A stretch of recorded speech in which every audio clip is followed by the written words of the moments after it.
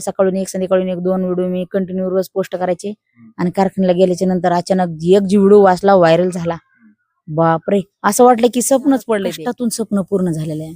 कमीत कमी 15-16 वर्ष आम्ही ऊस तोडलाय आणि त्या ऊसाचे थोडे थोडे करून पैसे आम्ही साठवून आज काही काही असे माणसं होते की ताई तुम्हाला जर काही मदत लागली तर आम्हाला तुम्ही संपर्क करा किंवा आमच्याकडून मदत तुम्ही घ्या.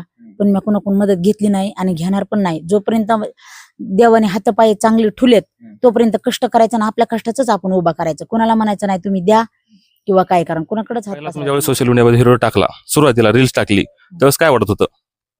म्हणजे त्यावेळेस माहिती का, पहिली गोष्ट तर माहिती का, फेमस होण्यामुळे केलं नाही आपण साधारण दुसऱ्याची व्हिडिओ बघायची, आपण ह्याच्यावर व्हिडिओ बघायची मोबाईलवर, म्हणायचं बापरे कसली मस्त व्हिडिओ बनवते, मग आपण बी करू शकतात हे. मग मला पहिल्यापासून गाण्याची आवड होती. मग गाणे यायचे त्याच्यामध्ये. हे पोराला विचारलं, एक चुलत भाऊ होता, त्याला विचारलं, म्हणलं हे कसं असतं मला सांग तर रे, म्हणलं मला पण विचार आहे म्हणलं हे व्हिडिओ करायची. म्हणलं हो, म्हणलं सांगतो मला. मग त्याने एक वेळेस मला सांगितलं आणि मी व्हिडिओ करायला चालू केले. तर इंस्टाग्रामला कुठं ते काय म्हणते ते पासवर्ड नव्हता ना, कुठलं काय असलं काही सुद्धा नव्हतं. तर मग हाय असे व्हिडिओ आम्ही टाकायला सुरुवात केली. एकदम कमीत कमी नाही म्हणलं तर 5-7 वर्ष आमचा कुठला व्हिडिओ व्हायरल झाला नाही, कुठे गेला नाही, आला नाही, काय नाही. पण मी काही जिद्द सोडली नाही. माझं हाय असं रोजचं काम होतं. जेव्हा बी असं तेव्हा सकाळून एक संध्याकाळून एक 2 व्हिडिओ मी कंटिन्यू रोज पोस्ट करायचे.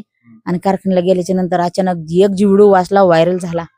बापरे, असं वाटलं की स्वप्नच पडलंय ते. आणि व्हायरल झाला, पण कशासाठी व्हायरल झाला? हे फॉलोअर्स असतात, हे लाईक असतात किंवा हे असं असतंय, हे तसं असतंय, असं सगळे म्हणजे काही ते समजत नव्हतं. लाईक कशाला म्हणतात, फॉलो कशाला म्हणतात. व्हायरल झाल्याच्या नंतर माणसं आले भेटायला, म्हणले ताई तुमचा व्हिडिओ व्हायरल झालाय, असं झालंय तसं झालंय. मग पुन्हा कळायला लागलं थोडं थोडं हळूहळू. पहिले तर आपल्याला शाळा नाही, शिक्षण नाही, नेमकं कुठल्या गोष्टीला काय म्हणतात म्हणून. मग ते कळत कळत कळालं की ह्याला फॉलो म्हणतात, ह्याला लाईक म्हणतात. आणि तिथून पुढे मग व्हिडिओ जसा व्हायरल होईल तसा आनंद वाटायला लागला. मग असे आमचे प्रवास चालू झाला इंस्टाग्राम. मालकाला आमचे चिडवायचे मी. रील काढायला असले की फिल्टर लावायचं, त्याच्यावर लय येतात का वेगळे वेगळे फिल्टर येतात. तर त्याच्यामध्ये एक गोरा फिल्टर असायचा. आम्ही तर अशी सावळे आहे पहिलीच, गोरा फिल्टर असायचा. मग ते गोरा फिल्टर लावायचं. मालकाला म्हणायचं ओ मालक बघा, म्हणायचं कशी गोरी दिसायला लागली, गोरी असते तुमच्या संग लग्नच केलं नसतं असं म्हणायचं. मग मालकाने म्हणायचं चल जाय, त्या जागेवर मी बी दुसरी आणली असती. मग आम्ही हसत हसत असा आमचा रीलचा प्रवास काम केलेलं बी आमचं हे होऊन जात होतं. का पहिल्या सुरुला तर 100% 100 अशा कमेंट सगळ्या भारी यायच्या. पण आता जरा ह्या 2 वर्षामध्ये 99% तरी बी चांगली कमेंट करतात लोक आणि 10% लोक वाईट कमेंट करतात. पण आम्ही दोघं बी नवरा बायको 10%च्या कमेंटमुळं 99% जे चांगले कमेंट करतात का त्यांना आम्ही विसरत नाहीत. कारण की ते 10%चे का वाईट कमेंट करतात त्यांना बाजूला सरतात आणि जे चांगले कमेंट करतात का त्यांच्यावर आम्ही त्या कमेंटवर खुश राहतात. आपल्यासोबत मनीषाताई यांचे मालक देखील आहेत. तुम्ही ज्यावेळेस मनीषाताईने सोशल मीडियावर व्हिडिओ टाकले त्यानंतर लोकांनी तुम्हाला सुद्धा विचारलं असेल की बाबा कमेंट येत असेल तुम्हाला किंवा लोकांना तुम्हाला व्हिडिओ काढतात किंवा चिडवलं असेल, तर त्याला प्रसंग काय सांगाल? आता खरं म्हणायचं तर आम्ही व्हिडिओ काढून टाकत होतो, पण त्यावेळेस काय एवढ्या कमेंट घाण नव्हत्या. कारण आम्हाला सगळेच कमेंट चांगले असतात, सगळ्या कमेंट चांगले येत होत्या. पण ज्यावेळेस म्हणजे जास्त व्हिडिओ हे झाल्या म्हणून पुन्हा कमेंट थोड्या घाणी व्हायरल झाल्यापासून. आधी नव्हतं, आम्हाला फॉलोअर कमीत 10,000 वाढायचे. म्हणजे ज्यावेळेस आम्ही समजा 50 हे म्हणजे 50 फॉलोअर होस तर म्हणजे समजा आम्ही असं तसंच गेलो. पण तिथून पुढं 50,000 फॉलोअर इतके गतीनं वाढले, रोज 10,000 फॉलोअर्स वाढायचे. म्हणजे आमच्या हृदयामध्ये आनंद महिना. आमची मालकीन तर म्हणली बाबा तुम्हाला सांगतो एका महिन्यातच, म्हणजे एका महिन्यात बी नाही 15 दिवसात लाखाकडे गेली आयडी. पुन्हा लागलं पासपोर्ट मागायला. मग आता ते पासपोर्ट आपल्याला कुठं काय माहिती आहे, ह्याला हुडक त्याला हुडक. आता कुणाला माहिती, आम्ही मोबाईलवर शॉपवर बी जायचं, ते म्हणायचे बाबा हे आम्हाला काय माहित नाही ह्यातलं, आम्ही फक्त रिपेअर करतो. तेवढाच आनंद. तुमचं बालपण कसं गेलेलं आहे? आमचं बालपण, आमच्या बालपणात तुम्हाला आता काय सांगावा, आमची आई काय मला कळत नाही.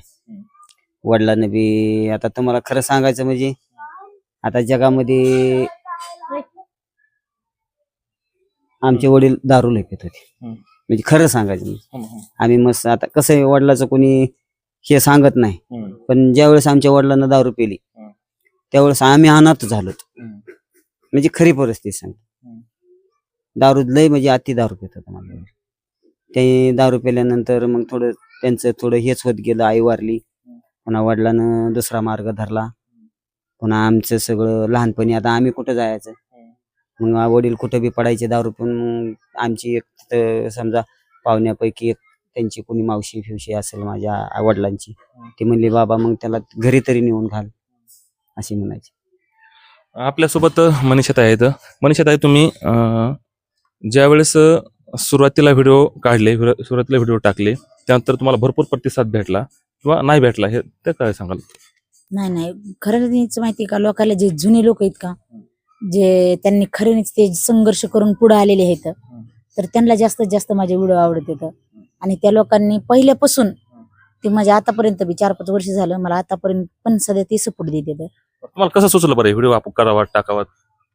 उगा सहज केलं होतं. सहज असं काय व्हायरल होण्यासाठी असं काहीच केलं नाही. सहज व्हिडिओ काढला आणि व्हायरल झाला. बरं, तुमचं एक स्वप्न देखील आता पूर्ण झालेलं आहे, तर ते घराचं स्वप्न आहे. ते कसं स्वप्न पूर्ण केलं तुम्ही? हे सोशल मीडिया व्हायरल झाल्यानंतर स्वप्न तुमचं पूर्ण झालं की तुमच्या कष्टातून स्वप्न पूर्ण केलंय घराचं? आमच्या कष्टातून स्वप्न पूर्ण झालेलं आहे. कमीत कमी 15-16 वर्ष आम्ही ऊस तोडलाय आणि त्या ऊसाचे थोडे थोडे करून पैसे आम्ही साठवून आज त्या घर आम्ही बांधले. आणि ते जे घर आहे ती सगळं एक एक इट सध्या बोलन की ह्या माणसाने ऊस तोडून आम्हाला उभं केलेलं आहे म्हणून. सोशल मीडियावर तुम्ही फेमस झालात, तर मग लोकांना कोणी त्यात तुम्हाला सहकार्य किंवा कुठले तुम्हाला वापर काय असं केलं नाही का? नाही, काही सध्या नाही. आम्ही कोणाच्या एका रुपयामध्ये सध्या मिंदा नाहीत. आम्ही जे कष्ट केले ते आम्ही आहेत. सोशल मीडियावर काही असे माणसं होते की ताई तुम्हाला जर काही मदत लागली तर आम्हाला तुम्ही संपर्क करा किंवा आमच्याकडून मदत तुम्ही घ्या. पण मी कोणाकडून मदत घेतली नाही आणि घेणार पण नाही. जोपर्यंत देवाने हातपाय चांगले ठुलेत तोपर्यंत कष्ट करायचं ना, आपल्या कष्टाच आपण उभा करायचं. कोणाला म्हणायचं नाही तुम्ही द्या किंवा काय करा, कोणाकडेच हात पसरायचा नाही. आपल्या कष्टाचं असं तेवढंच करायचं.